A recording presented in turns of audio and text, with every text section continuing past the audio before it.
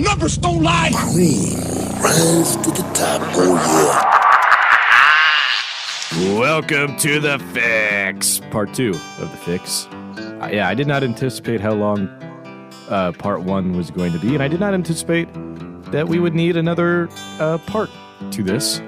It's Wrestling Genesis with Payne. Welcome back, Payne. Yay, I cement my spot as the most active guest. Yeah, you're like the Hulk Hogan of this show. I better not be. If you do Hulk not Hogan, know, but with a neck beard instead of a mustache. If you do not know, Payne does not know anything about wrestling, so we're going to have some really fun with this trope, where right now I'm trying to explain the backstory to him and everything important about the WWE. We started from 1982 in the last episode of the podcast, and we're going all the way up to 2014. Currently, we are in 1993, but luckily we are getting to the end of all of this is the first of this is the first of that sort of thing. I think that's why the first part took so long. Probably. Yeah.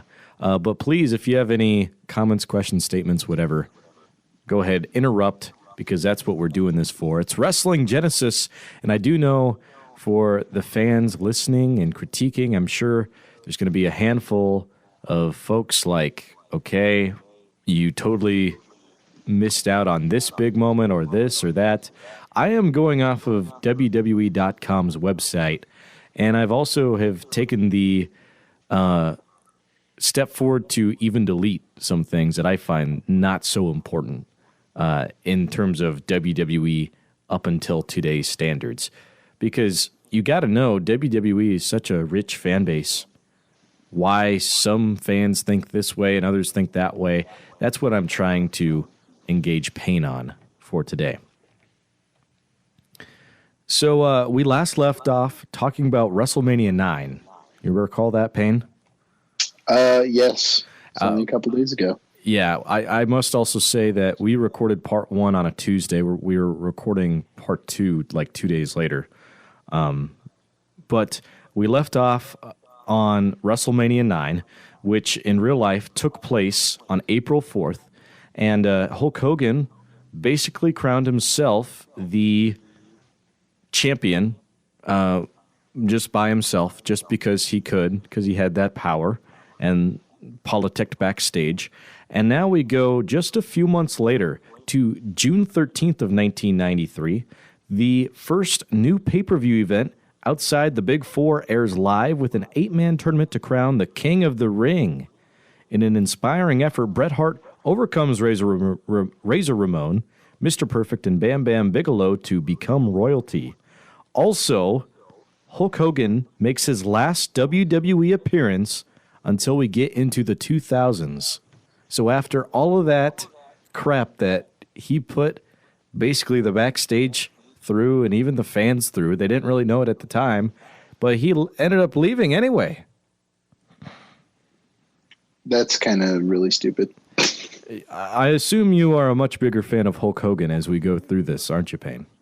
I think he has gotten way worse I thought he was just kind of this dude, but it kind of seems like a dick. Oh, it's going to get even worse from here on out, my friend. And we're not even, we're not covering WCW. So, well, we are a little bit, but not really diving into WCW, which is their opposing federation that they go up against. And that's where he ends up leaving the WWE to go to WCW. But yeah, anyway, back to the WWE. After a 3-year absence, this is in December of 1993, after a 3-year absence, the women's title returns to WWE, emerging victorious after a lengthy tournament. Alundra Blaze wins the championship by defeating Heidi Lee Morgan and ushers in a new wave of competitive divas, including Bull Nakano and Bertha Faye. Here's the other thing, is they really have no women's division. And they don't do anything to build it. And it's actually is like that all the way up until like 2016. I mean, geez, really? Yeah. WWE has basically always been awful about building their women's brand. And when they have, it's been like, oh, it's these quote unquote sexy girls doing like a lingerie strip tease type of thing, you know, because sex sells and that's what we need this business for. Yeah, so it really unfortunate stuff.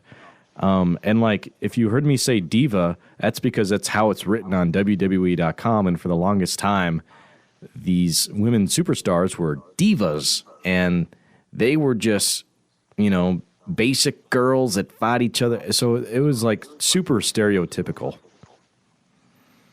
I thought they're not divas anymore. No, they don't call them divas. They haven't in a long time, I'd say. Oh, well, because they had like a diva reality show. They did. That my sister used to watch. No way. That's crazy. Yeah. Did she watch wrestling or just the? No, she just That's watched even crazier. that. I don't know. She was like a Kim Kardashian watcher. Wow. I don't know. So like that just came with the contract, I guess, being that type of person. Yeah, I guess so. And on to March 20th of 1994, in a bout that sets the standard for all ladder matches to come, Razor Ramon defeats Shawn Michaels to become the undisputed Intercontinental Champion at WrestleMania 10. This is one of the first ladder matches in WWE history, but far from the last. Many people say this is the very first one of all time. The first one on pay-per-view, that's for truth, but not the first of all time. That's a common misconception, but it is one of the best of all time, and it's, again, one of those first feet forward in moving into the new generation of the high-flying style, because at this time it's still kind of like slow muscle man stuff and not really into that lucha libre good stuff. But Shawn Michaels is definitely one of the main contributors who brought the lucha libre style to the WWE and America, really.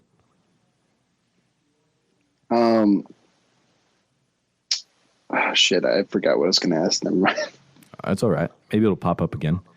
And then we go to 1994. At a live event in New York City's Madison Square Garden, the mighty Diesel rolls over Bob Backlund in an unbelievable 8 seconds to win the WWE Championship. With that victory, the big man earns the coveted Triple Crown, having already held the IC title and the World Tag Team titles. Okay, so this is interesting. Do you recall in part one I was talking about Shawn Michaels super kicking his friend Marty Jannetty through a barbershop window? Yes. So when he did that, he turned heel. And when I say heel, it means that his character changed into more of a bad guy, right? Mm-hmm. And in doing so, he brought along a bodyguard. See, Shawn Michaels in real life is, 5'11", so a lot shorter compared to most WWE stars, especially at this time. He brought in this guy named Kevin Nash, who I guess goes by Diesel at this point, as his character does. And he's like this huge bodyguard type of guy. And right there was Diesel winning the big championship before Shawn did, which I would say perplexed a lot of fans at the time, because Shawn was being billed as this guy that's finally going to get the gold after all this time in the tag team division. They loved him as a heel. And then Diesel came in as like a secondary character, and then just kind of out of nowhere got this championship win in 8 seconds, too, at Madison Square Garden. So it was definitely like a what in the hell just happened? So they let him get a bodyguard, and then they let the bodyguard fight someone? Yeah, exactly. That doesn't make any sense to me. Well, that's the WWE in storytelling, baby. That's McMahon booking at its finest. And by the time, here's something else interesting to note. At the time Diesel wins the WWE Championship and goes on his run, the WWE at that time is in its most successful period for live crowds and selling pay-per-views. And I still believe that has not been broken, even though a lot of people would say that this was nowhere close to being the best storytelling or the best wrestling. That comes like another 7 years later in the Attitude Era. So I always thought that was interesting that one of the worst champions in WWE history ended up being the guy basically running them through one of their most successful phases. I don't know. That doesn't make any sense to me either. The whole lot of this is just so weird to me. It's weird. It's definitely, and it's weird. It's a weird sport. It's weirdos that love it, and I'm happy to be one of them. Okay, so now that you know a little bit about this Shawn Michaels backstory, he went on to quote on January 2nd, 22nd in 1995, "Tonight is going to be such an easy night." As he said it more sarcastically at the time after he drew the number 1 spot in the Royal Rumble match, where he then went on to become the first man to win the bout from that position. Also on this night, Bam Bam Bigelow shoved celebrity guest Lawrence Taylor, setting the stage for a WrestleMania showdown, which also ended up being one of the least memorable WWE or WrestleMania main events of all time, which is pretty wild. Winning at number 1's pretty cool. My Royal Rumble knowledge is based off of the Dead Meat Royal Rumbles. Yeah. So he became the first to do so. And it's definitely one of the greatest Royal Rumbles of all time. And the way he did it was so iconic. We hang under the bottom rope the whole time? No. Ric Flair did that more or less, like a few years prior.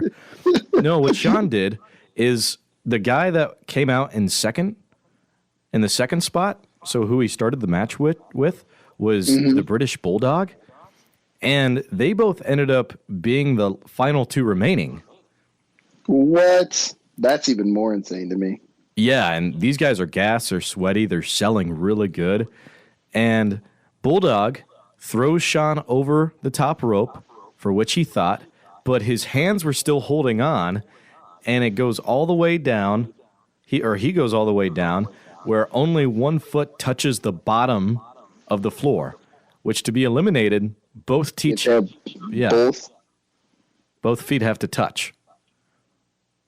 So he popularized a phrase called "skinning the cat," which is pulling yourself up backwards, basically doing kind of like a pull-up and then flipping yourself backwards. And then the British Bulldog was celebrating on one of the turnbuckles, and that's where Shawn threw him back over. Yeah, I'd be mad. Oh, dude, it's pretty awesome. Big fan. And then we go into the next phase here, and I started to bold certain headlines, and I bolded this one, 1996, the birth of WWF's biggest stars, HBK and Stone Cold Steve Austin. Excuse me. That burp was a beer burp for Steve, maybe.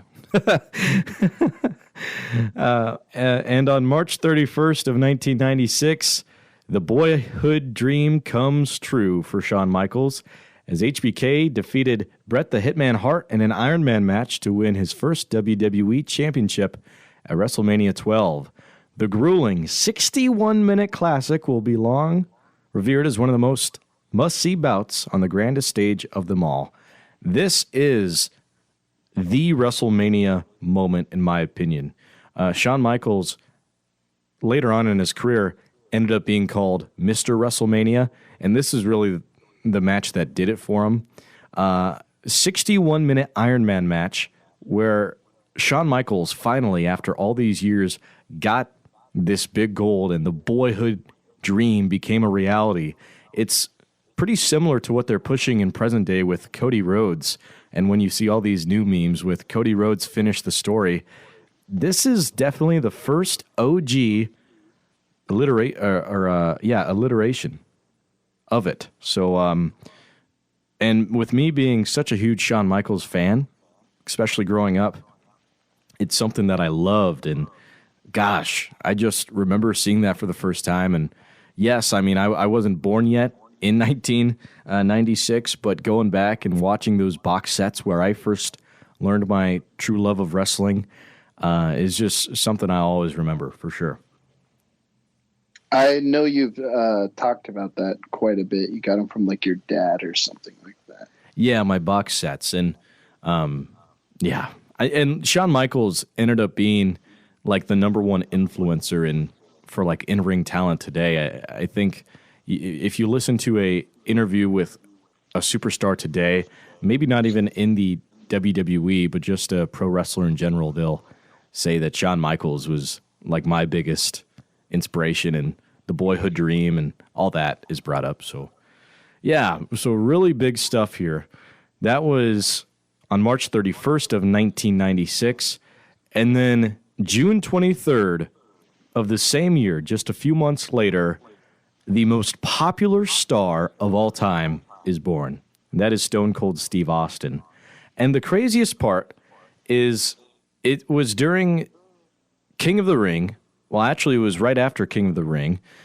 Austin started cutting a promo on the people that he faced, and he ended up dropping all of his most famous lines in this promo. They all originated in one place, which is crazy, and it's what people have recognized him for the rest of time. So, for instance, he went on to say on that night, talk about your Psalms, talk about John 3:16. Austin 3:16 says, I just whipped your ass. Does he mention Tide Pods? No, he doesn't mention Tide Pods. Good question, though. Then Stone Cold then pointed words at 1996 King of the Ring, unofficially kick off the Attitude Era. The barbs are targeted at Jake Roberts, who receives a beating of biblical proportions from the bionic redneck, as JR put it. Mr. McMahon never saw the rattlesnake coming, and neither did the rest of the WWE. This was a character that Stone Cold had, which really came out of nowhere. He was starting to be on the brink of not getting fired, but getting shoved down the card. See, before Steve Austin was Stone Cold Steve Austin, he was Stunning Steve Austin, who is supposed to be like this movie star, hotshot guy, and he had a receding hairline. His hair was falling out. He looked nothing like who Steve Austin really is, you know? So to have that and then to move over to Stone Cold Steve Austin was quite magical. And literally, even today, he sells more merchandise than any other pro wrestler. So it's pretty wild. That is kind of wild. Yeah. And in the same year, November 17th, 1996, clad in frilled let me say that one more time, dressed in frilled teal with an ear-to-ear smile plastered on his face, Rocky Maivia makes his WWE debut at Survivor Series in Madison Square Garden. Do you know who that would be? I have an idea, but I don't want to say it. That would be Dwayne "The Rock" Johnson. Okay, that's what I figured. Yes, the great one made his debut. Now, he didn't look like The Rock that everyone grew to know and love.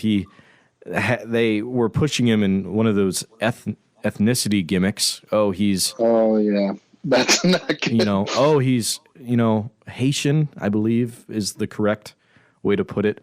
So let's put him in all this, Haitian garb and stuff, and he'll wrestle like that. Yeah. So, and like, this is when The Rock had a full head of hair, no form of goatee, no sideburns. It's, pretty wild. But you know what? It was a good start, honestly, because not very many pro wrestlers can say they had their first wrestling match at Madison Square Garden. How long was he that before he became The Rock? That's a good question, because he ends up doing a few different things. He joins the Nation of Domination. Oh, I don't know. I don't know the exact date. We'll definitely get there. I'm sure. I just couldn't tell you that off the top of my head. So, 1996, the birth of three of like the greatest superstars of all time. Like, you could literally, if someone asked you for a Mount Rushmore, those three would feasibly be, or they would definitely make sense of making that top four: Shawn Michaels, Stone Cold Steve Austin, and The Rock. So what a crazy year 1996 ended up being. I guess based off of my knowledge, I would have not said Shawn Michaels. I've just like kind of heard him. So that's interesting that he's way bigger than I thought he was. Well, he definitely in the pro wrestling community. In the pop culture community, it's definitely Stone Cold and The Rock. Shawn Michaels would not be up there. Yeah, for sure. And then now it's like John Cena. Yeah, and like John Cena for sure. But Shawn Michaels' in-ring ability is so incredible. Like, he is literally like, oh, wow. Like, you could watch any match of his and be like, this is incredible. But again, you know, you could, if you picked a random match of Hulk Hogan, it likely would be pretty crap. And I don't mean to continue to diss on Hogan, but he was the label. He was the name brand of what wrestling should be, or what people thought wrestling should be. And everyone else that wasn't Hogan performed at an even crappier place of wrestling skill in the WWF at that time. And this Shawn Michaels is real exciting pro wrestling, and really what, to me, pro wrestling is more about what you see nowadays with the Lucha Libre style. And now we move into 1997, where Raw went extreme. Although it emanates from a bingo hall, Philadelphia's Extreme Championship Wrestling is now a serious player in the grappling world. And on this night, WWE fans receive a taste of the mayhem as ECW competitors run rampant in WWE, with Sabu diving off the massive Raw letters onto the floor of the Manhattan Center. Have you ever heard of ECW or anything about ECW? No. I don't know what that is. ECW is the punk, extreme, dirty, nasty, rated X form of pro wrestling. Well, definitely for those late 90s. This is a Philadelphia-based promotion that is strictly in Philadelphia through their short-lived tenure. And it got really popular because instead of doing your Hulk Hogan wrestling, that I'm going to continue to call it, these people were basically jackasses. It was a bunch of Johnny Knoxvilles, a bunch of Steve-O's, a bunch of, you know, Bam Bams and all those other guys, and they were flipping each other off of, you know, huge buildings, off of tall ladders, into things on fire, into beds of nails, into other crazy stuff, bleeding, broken arms, broken whatever, every match. What? Yeah. Like, people seriously had their lives shortened by a lot. And the people in pro wrestling, or in ECW, that were the pro wrestlers, were basically wrestlers that had some form of, not all the time, but it seemed a lot more in this promotion than any other promotion. These were wrestling fans that had some sort of bad background, whether it was with crime or anger management issues or social issues, something like that. This is kind of where those wrestlers went. I see. Like, they had like a way in, even though they were not the...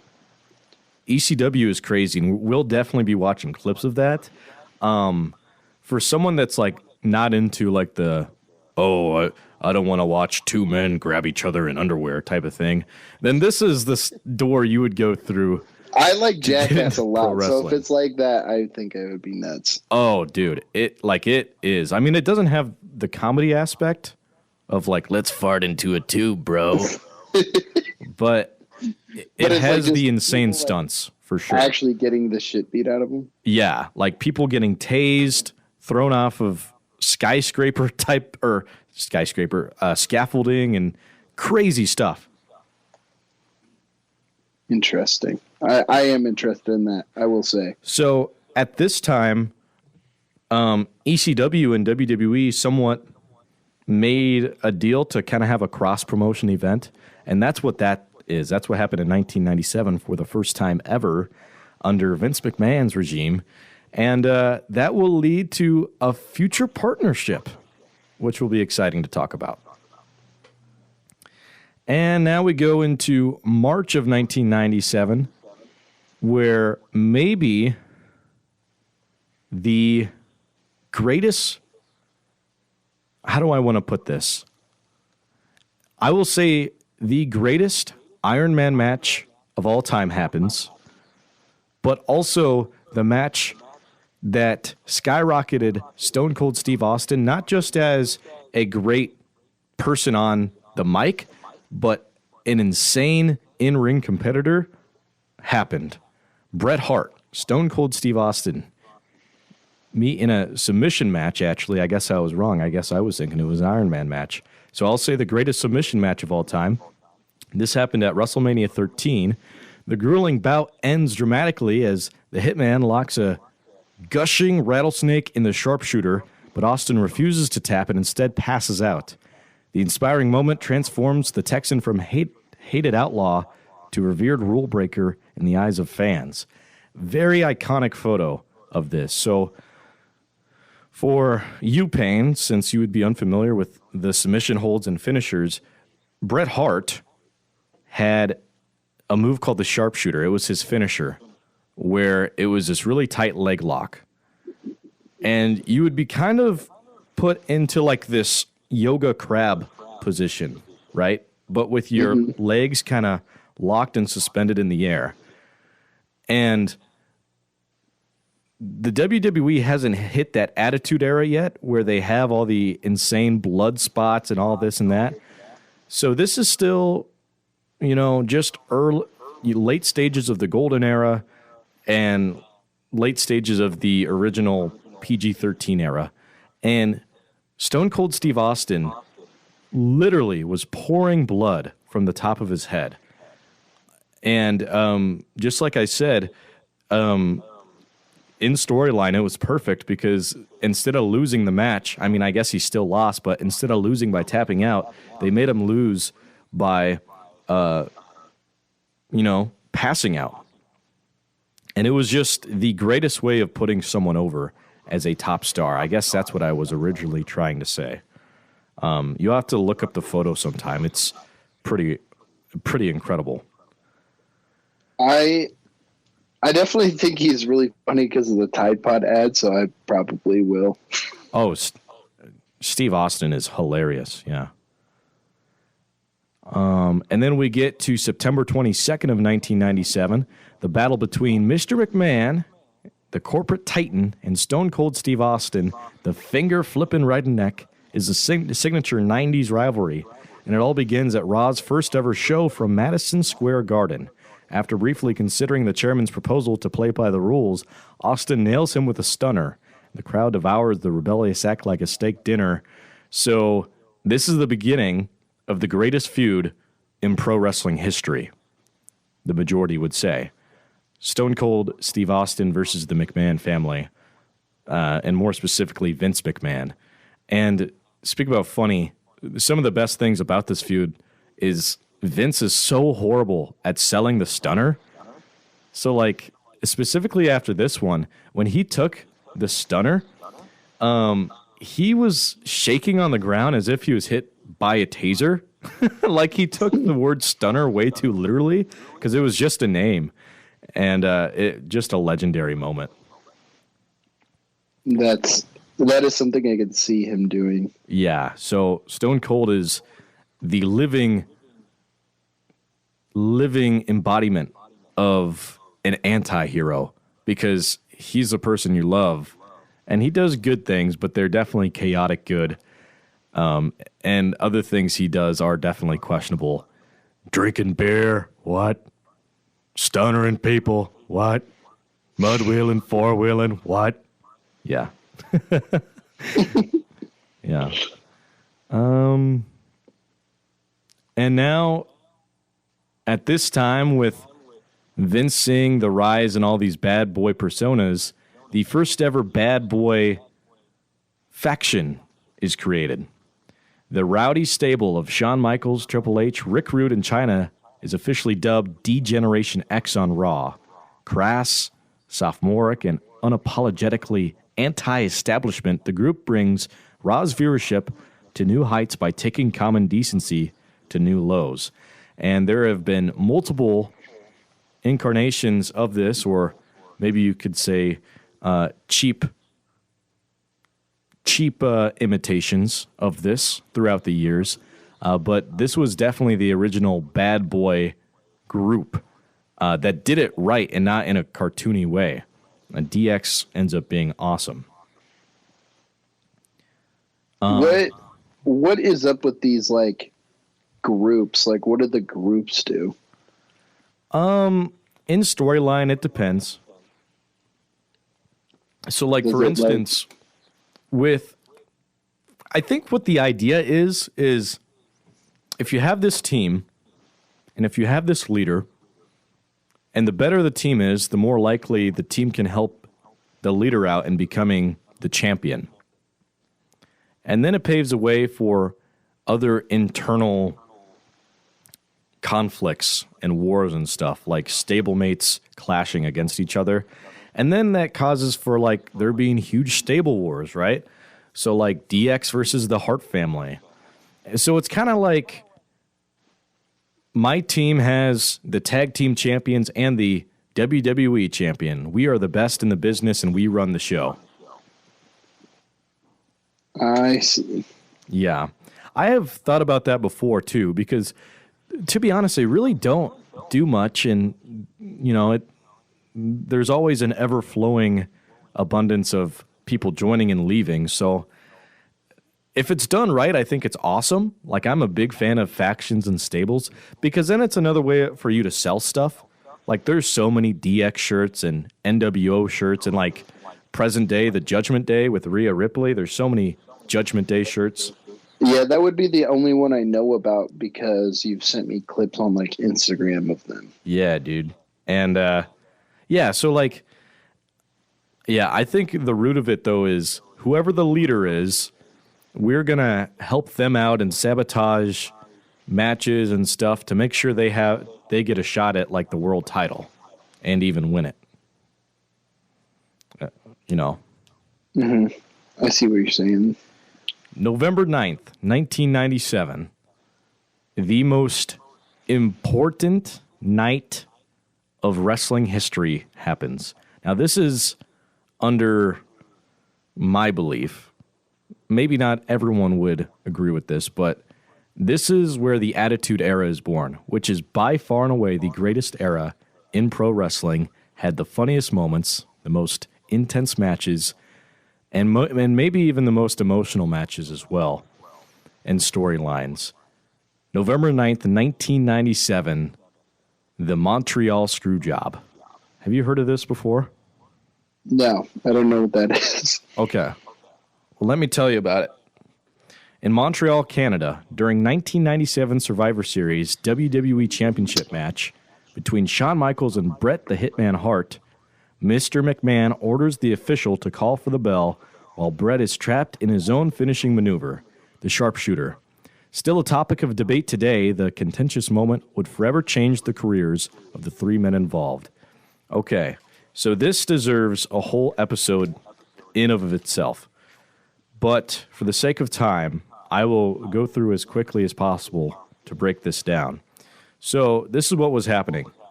WWE was continuing to become more raunchy, more rated R. The Attitude Era was really starting to take off with fans. Girls were flashing their puppies at shows in person. It was definitely turning into a more mature audience base, right? Well, there were superstars that didn't like that didn't think that belonged in the place of wrestling. And one of the biggest proponents of that would be Bret Hart. And we talked about Bret Hart a little bit in part 1, but Bret Hart, you could say amazing things about him. The greatest technician of all time, comes from one of, if not the greatest wrestling family of all time, one of the greatest WWE champions of all time, if not the greatest champion of all time. He was a very, kid-friendly champion and kid-friendly superstar. You know, he'd hang out with the kids, he'd shake their hands, he did it for the kids. He was kind of that, I don't want to say last because there's definitely more, but one of the last of the 90s of that superhero who is like kind of cartoonish, you know? Mm-hmm. He's kid-friendly. And his kids started to grow up, his kids started to watch, and then they were making Bret do things that he wasn't a big fan of. And there was a lot of other shady stuff going on behind the scenes. And WWE, you could say, despite the Attitude Era stuff starting to become itself or starting to be born, besides that, Bret Hart was really carrying the WWF brand as the champion. And basically, Bret and Vince could not come to an agreement on a new contract as Bret's contract was expiring. And this was also in the middle of the biggest rivalry of two wrestling promotions, one trying to kill the other between WWE and WCW. The Monday Night Wars were going on. And if the WWE lost possibly the biggest star in wrestling of the day back in 1997, in November of 1997, then WCW was going to snatch him up right away. And that's what happened. Bret and Vince agreed to part ways mutually, though. And they'll do it, fine, no bad blood between them, even though there truthfully is, but they're still being nice to each other. And the sticky situation of this is Bret is your WWE champion. And you can't be the WWE champion, which, according to the WWE, is the best pro wrestling champion, best pro wrestler in the world. It's the belt to have. And WCW would say that about their own belt, right? Mm-hmm. You can't just have the wrestler leave, vacate it, and hop on another program because he would still be the greatest wrestler in the world. He wouldn't have lost. Here's the other thing about Bret Hart, and with him being the WWE champion, is Bret Hart is Canadian, and very Canadian at that. The Canadian crowd loves Bret Hart. And they elected to have Survivor Series in Montreal of this year. And the plan, evidently, was for Bret to end up losing the championship to someone, Shawn Michaels or whoever, and just a week later or in 2 weeks later, right before the end of his contract, so he could give it up and pass it to someone in a fair way, and then he doesn't show up on another brand with the WWF belt, right? Mm-hmm.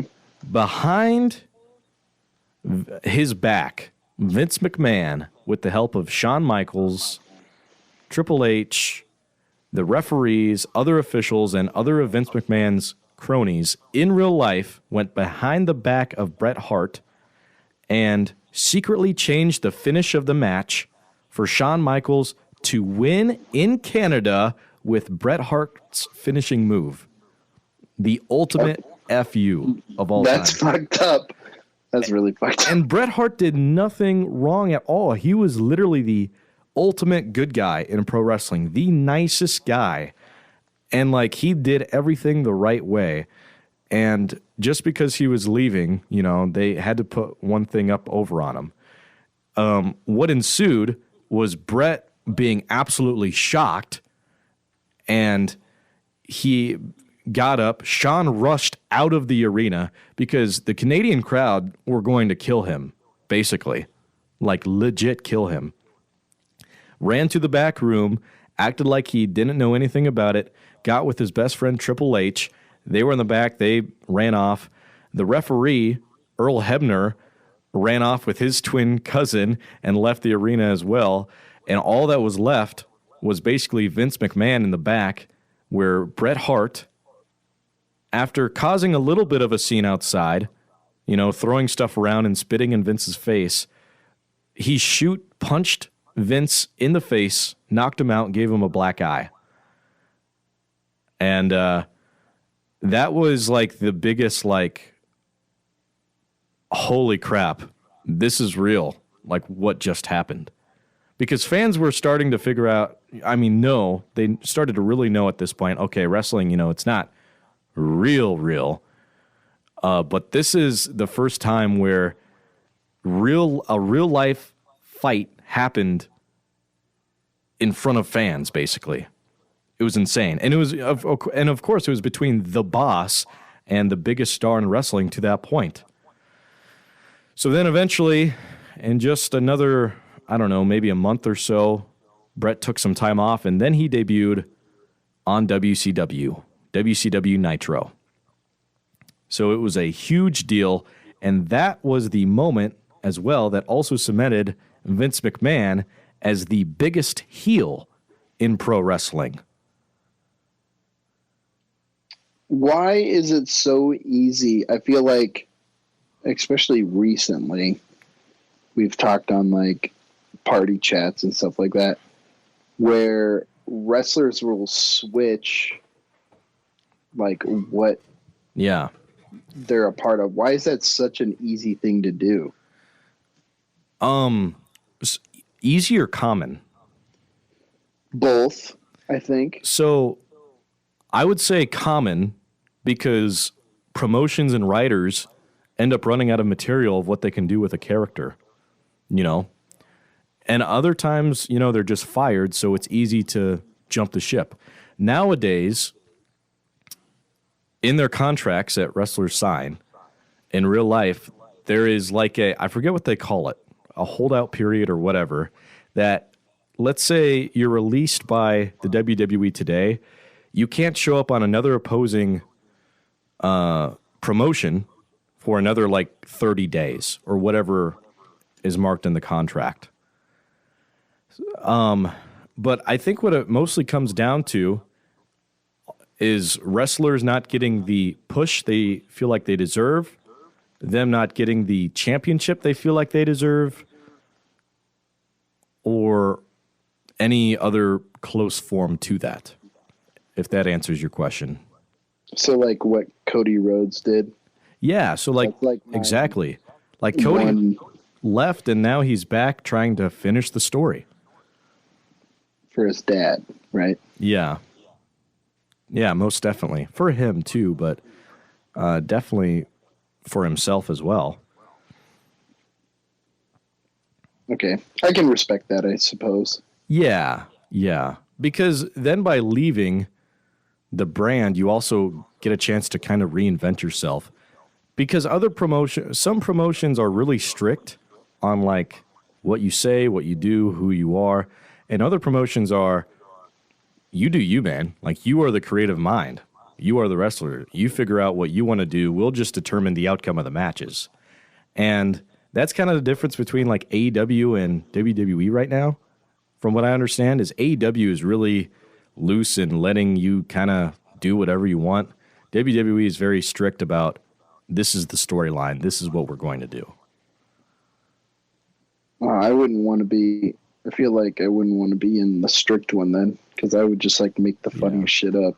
Yeah, but then you look at like the perspective of the wrestler today, and you know WWE is the flagship show. Yeah, it is like They are the comparing biggest in the NFL world. to like the AFL. Yeah, totally.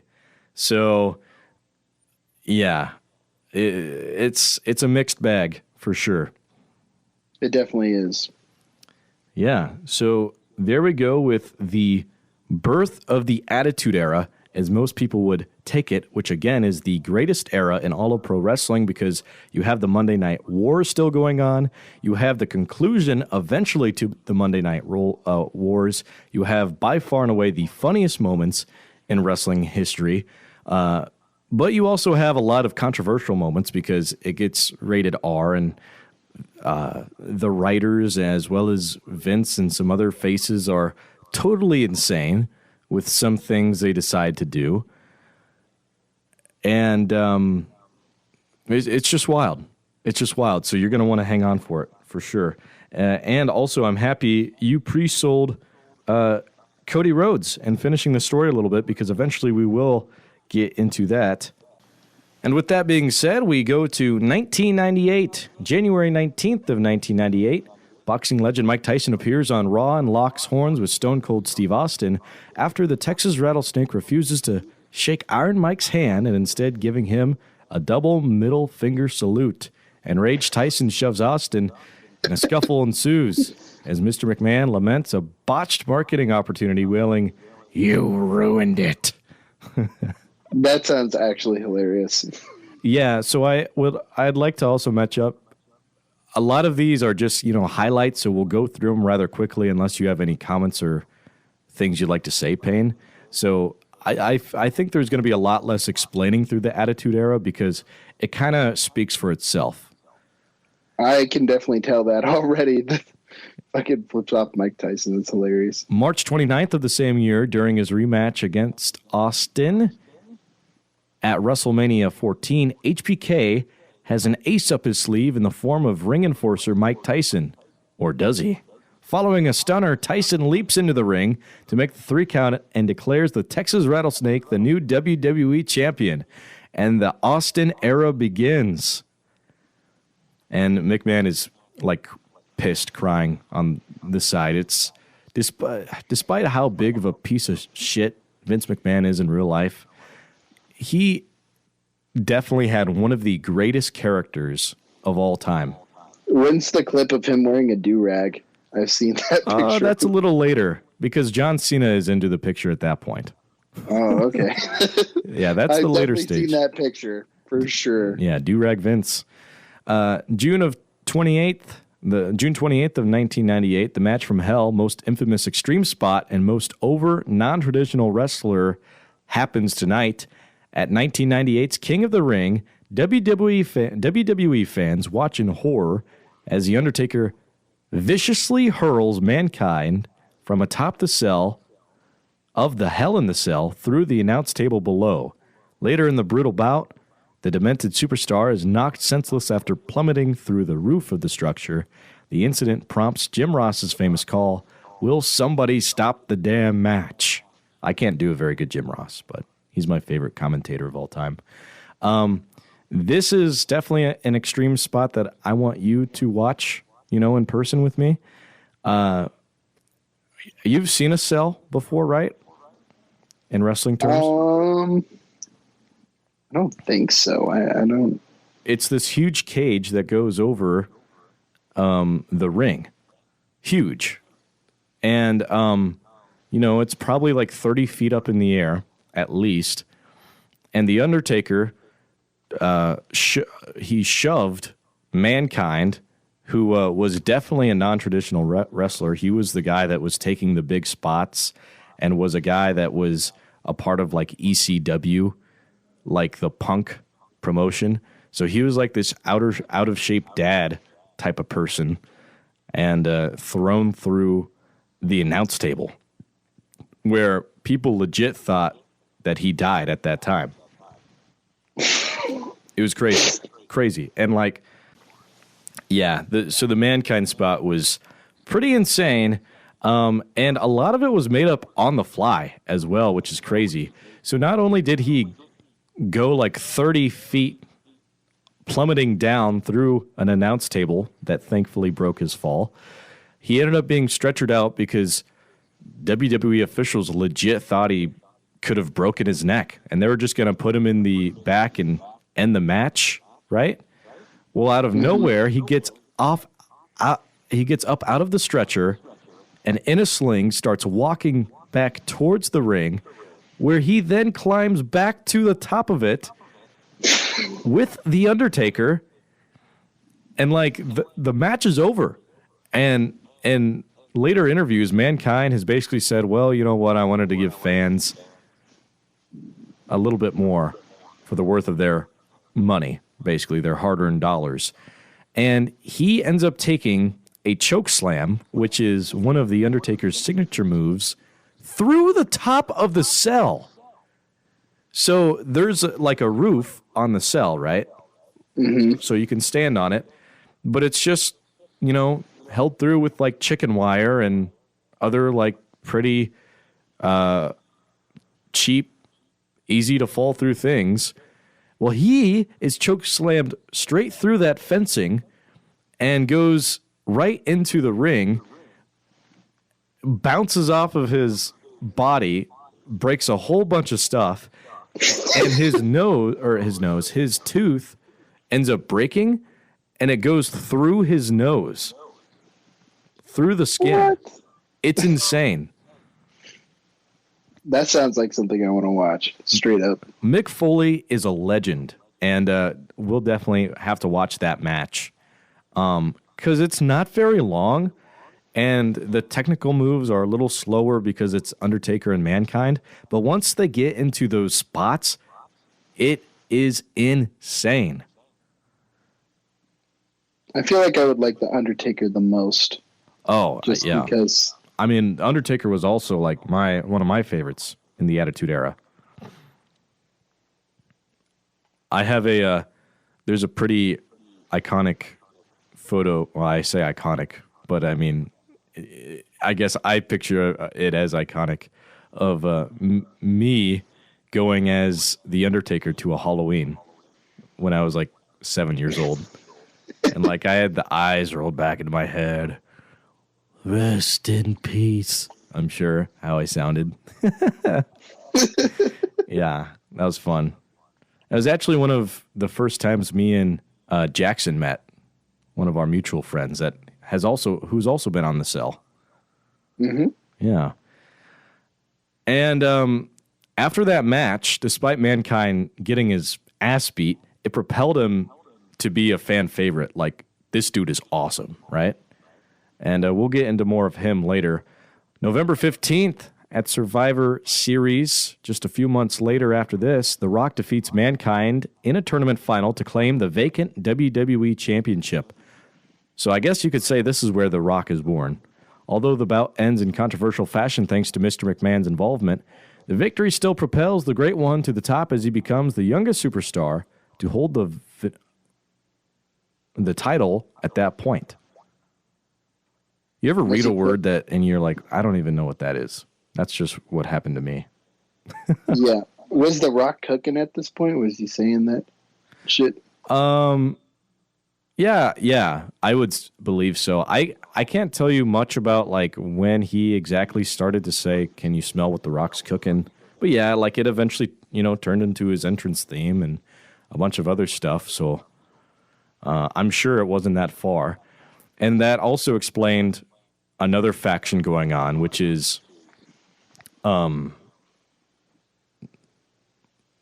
the... Did they call it the Authority?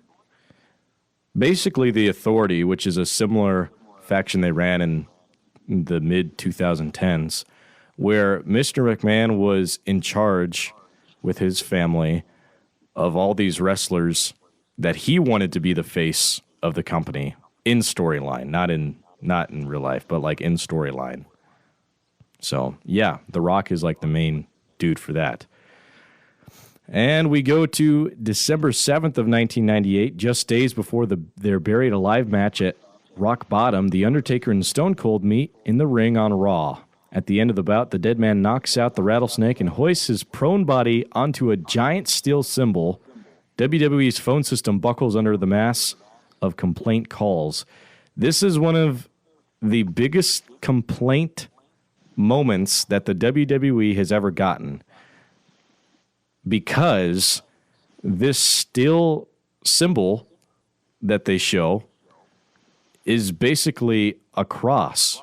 The Undertaker's logo or symbol or whatever has kind of a T shape in it, like it. There's more, of course, but they made like this thing out of it, and they like basically crucified Stone Cold Steve Austin, Jesus Christ style. That's sick. I think that's awesome. Yeah, there's a photo, like photos of it online look super cool, but this is December 7th, 1998, and parents are pissed. So they call and complain hardcore about it. And it's one of the first, like, don't do that. We will not watch your show anymore if you continue to do that. Yeah. But with that being said, just a month later, miraculously, one giant leap for mankind, WWE beats WCW in the Monday Night Wars. Or at least this is the start of it. Let me get into it.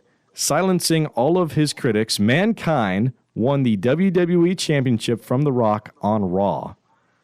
So this is less than a year later. This is like 6 months later. Mankind went from this out-of-shape dad bod dude who wears like a dress shirt and a weird mask, and he's also like a mythical character. Because he's dark and he doesn't really have any powers, but he works with like Paul Bear, you know? Mm-hmm. So this guy, who also is not a great technical wrestler in the ring and doesn't have a lot of great athletic ability, he's just a spot that, like, in the business, they would call him a spot monkey because he's just there to take the extreme bumps. He wins the WWE Championship from The Rock on Raw. Now on WCW, announcer Tony Schiavone gives the result away, dismissively adding, "That'll put a lot of butts in seats." The ploy backfires as fans switch their televisions en masse to see the hardcore legends triumph. So, what does that mean? Because that may sound confusing. At this time, Monday Night Raw was pre-recorded. And there were people, like scouts from WCW, that would go to the show to then spoil what happened on Raw while WCW was live. So, okay, that's fucked up. Oh, yeah. The Monday Night War was legit because they literally thought whoever won the war, the other business is going to go out of, or the other business will go out of business. You know, they'll go bankrupt, which is what happened, basically. And, Tony Schiavone, being an old school wrestling fan, like big into like the Hulk Hogan, because that's like what they have in WCW right now, like the old school look where you're just built like a legit superhero JoJo character, Batman, Superman type, you know, like a 12 pack. You have like this Hulk Hogan guy, and then you have Mankind, and it's like, oh, like Hogan would easily beat Mankind in a real life fight. That's like the biggest complaint about these old school wrestling fans is it makes it less realistic. Well, Mankind winning the WWE Championship, he's the first guy that is like your complete average Joe, and he beat The Rock, one of the biggest stars, if not the biggest at that time, for the belt. And Schiavone basically screwed himself because he's like, why the hell why would you watch that? You know, where instead it actually drove a huge relatable factor into wanting to watch that. So literally everyone flipped their channels to go and watch that. Yeah. So get bozoed, Tony Schiavone. That is some straight up L work right there. Some other iconic moments happen, like Stone Cold Steve Austin drove a beer truck down the aisle on Raw and used a fire hose to unleash an outpouring of beer on The Rock, Mr. McMahon, and Shane McMahon, which is a pretty defining moment of the Austin era. one of the strangest storylines takes place in where Stephanie McMahon is kidnapped, which is Vince's in real life daughter. And they ended up revealing that it was Vince who kidnapped her on the show. What the fuck? Yeah. August 9th of 99 for weeks, WWE fans watch as a cryptic clock ticks away on Raw. The countdown's purpose remains a mystery until it hits 0. And Chris Jericho debuts, boldly interrupting The Rock. Y2J introduces himself as a cocky, fearless figure who isn't afraid to make a statement. This is the first huge move from WCW to WWE for a wrestler since 1992 with Ric Flair. If you remember talking about that on Tuesday, Chris Jericho was a huge up-and-coming talent who I hate him in real life and as a wrestler, or wrestling fan, I mean. I hate Chris Jericho as a wrestler. But at the time, he was an undeniable young wrestler who had a lot of potential, who was built as like a rock star, who also has a in real life rock band. You may even know him. You know Fozzy? Have you heard of him? Kinda. You've maybe have heard some of their songs. They're kind of a band that you know them, but you don't know the name or like the name a of Jared Leto situation. Yeah. like I know him, but I don't at the same time. Yeah. Well, Chris Jericho, again, despite me hating him in real life, was given this awesome gimmick where his nickname is Y2J, and just moments before 2000 was about to hit, there was this countdown that was going on all of these Raws, and The Rock is out there cutting a promo, and he's killing it on the crowd, right? People are loving it. Next thing you know, the timer gets to 10 seconds, and it's going down. Oh my gosh, who's it going to be? And it's Chris Jericho, and his entrance music, which they get rid of rather quickly, which is so dumb because they should have kept it. It was awesome. So it gets down to 0, and it's like this electronic 2000s. This is when people were scared that Y2K was literally going to be the end of the world. Yep. Chris Jericho comes out, and he kind of looks techno and stuff. And his entrance theme starts with this like female robot voice, and it goes, "It's me, bitch, bitch, bitch, bitch, bitch." And it got rid of that, and it was such a cool intro. The stuttering robot bitch, bitch, bitch, bitch was so awesome, but they got rid of it. They kept the rest of the theme and the theme song, but they should have kept that. It's me, bitch, bitch, bitch, bitch. So good. Well, so he makes his debut, and people are freaking out because it's like, whoa, it's true. WCW is starting to lose their primetime wrestlers because Jericho was a huge star in WCW, and then he jumped ship. So then they're like, oh my gosh, this is the first of many to come because WCW is going out of business, and the fans are starting to realize it. Well, even though Chris Jericho has a really cool like debut, The Rock still kills him and like has one of the most infamous "it doesn't matter what your name is" moments. I feel like I've seen a lot of clips of The Rock doing that where he's like, yeah, "You're not worth my time." Yep, he's done it a lot.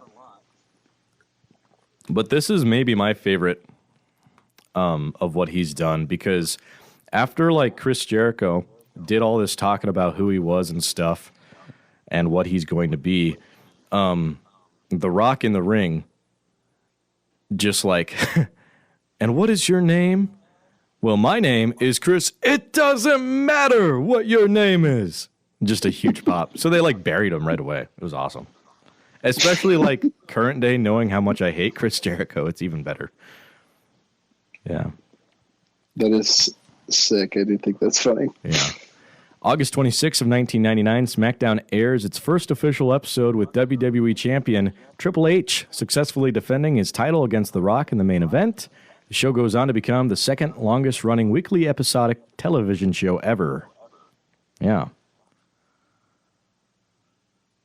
So, which I don't know if you knew this, but at this point, Monday Night Raw, well, like now, but even at this point of telling you things. Raw is the longest running episodic program in television history.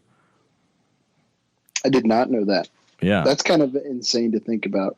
Well, yeah, it's had a weekly episode every week since for 30 years. Jesus Christ. And now with SmackDown having its first episode on August 26th, it's gone almost 25 years, and it's now the second longest episodic program running.